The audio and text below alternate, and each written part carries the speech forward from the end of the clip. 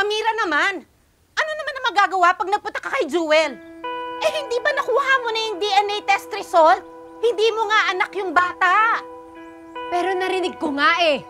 Kinakanta niya yung kantang ginawa ko para sa batang nasa sinapupunan ko noon.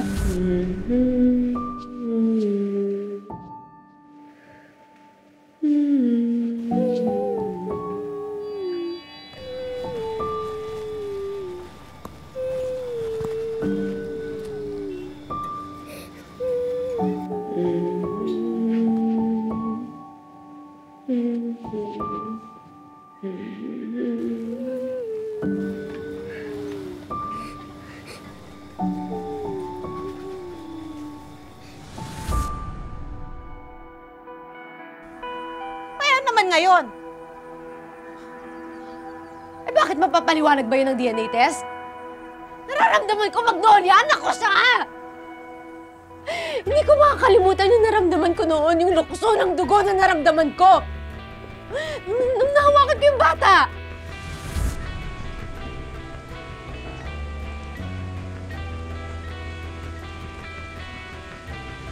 Ay, anong balak mo ngayon?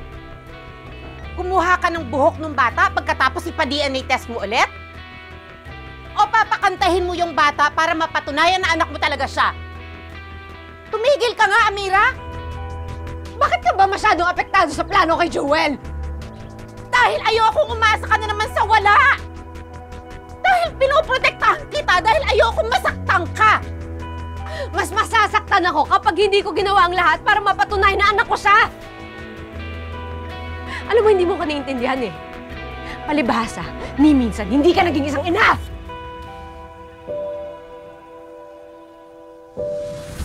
Ay, hindi ko matanggap. Hindi ko matanggap. Hanggang ngayon, hindi ko matanggap na patay na ang anak natin.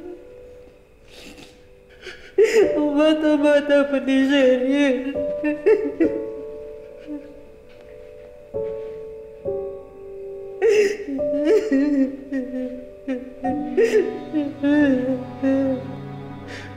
Kasalanan lang ito ni Doc Franco.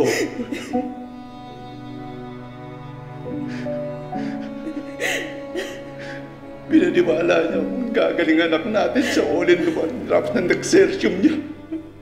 Pero sinungaling siya.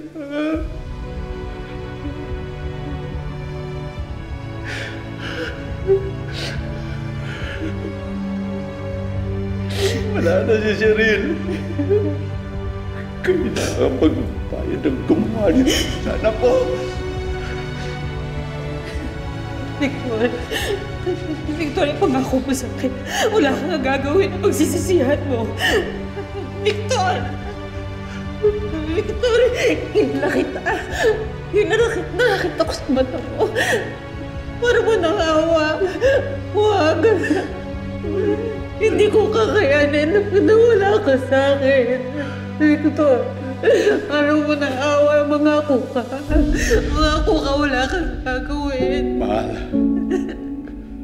Nag-iisang anak natin si Cheryl.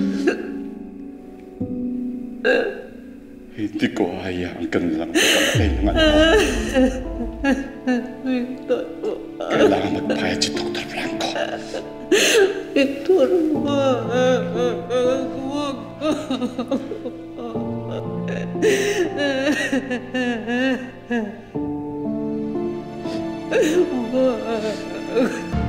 Victor, wag.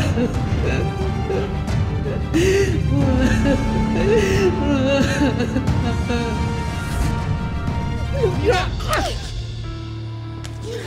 Mira!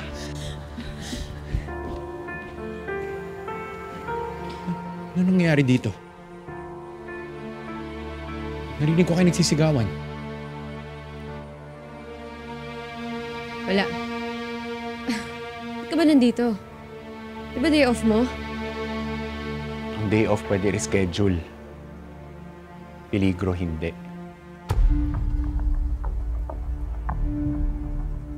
Pinapalabas mo ba na ako ang banta sa buhay ni Amira?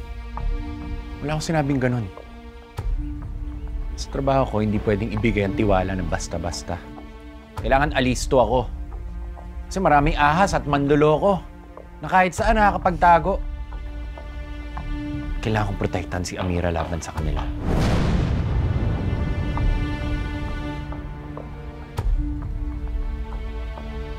Ako ang mas nakakaalam kung paano protektahan si Amira.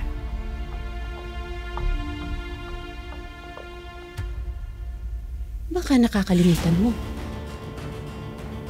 Ako ang nagligtas sa kanya kay Santi. Habang ikaw, sinukuan mo ng paghahanap sa kanya nung nawawala siya.